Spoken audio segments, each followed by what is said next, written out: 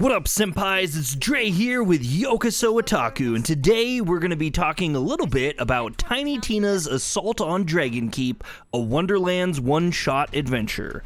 If you guys aren't familiar with it, Tiny Tina's Assault on Dragon Keep is a DLC that was made for Borderlands 2, and they are working on making a brand new game based entirely around that one DLC. But before that comes out, they released the One-Shot Adventure, and it's raised a little bit of controversy.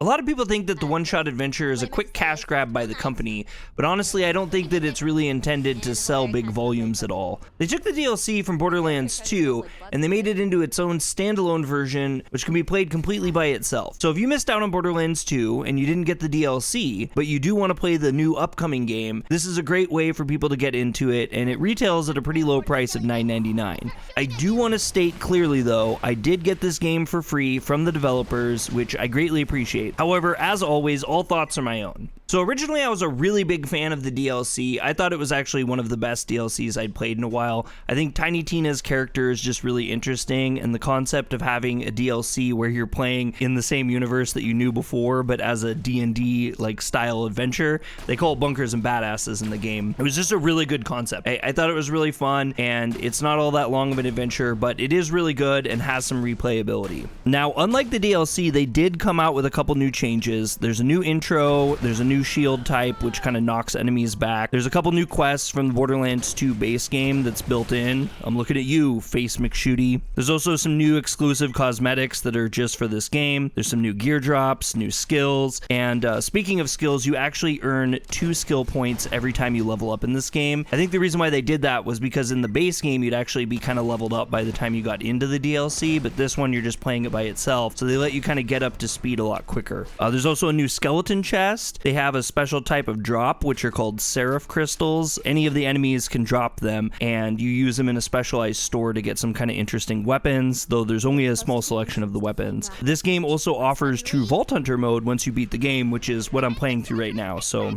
I did play all the way through the DLC once, and then I am working through the true Vault Hunter mode right now. I've heard some people complain about bugs and issues with the game. Personally, I didn't have any issues with it myself, with one exception. There was a quest where I was supposed to have a wand, and my inventory was full when the NPC handed me the wand. Because of that, it totally broke the quest, and I found no way of fixing it. So I'm hoping to actually be able to do that particular quest when I play through in true Vault Hunter mode. It has online, just like the normal Borderlands experience, so you can still play it with friends. And honestly, like I said before, I think that this game is just something that they made for those who didn't experience the original Borderlands 2 DLC, and they just want to grab into this without playing through all the Borderlands stuff. It works really well for that. So to keep this short, I find it a really good adventure. If you haven't played Borderlands 2 yet and you don't have that DLC, I think it's a good way to just get into the game, play it, get the idea of what the concept is, so that when the next game comes out, you'll be all prepped and ready for it. It didn't really seem to have any overwhelming, glaring technical issues. The game ran really good for me, and it's just a fun experience to have. You get a little bit of hours with it. It's not super long, like I said, but there is replayability. It's only $9.99, and I think that it's worth checking out if you haven't already played it. If you have already played it, I don't see that there's any reason to get it. There's no advantages really for a person who's already played through the original Borderlands 2 experience and the DLC. Pretty quick one today. That's all I have. If you guys like the content, remember to hit the thumbs up button, and if you want to see more anime news, reviews, and gaming coverage, hit subscribe and join Senpai Squad. We'd love to see you back in on our videos.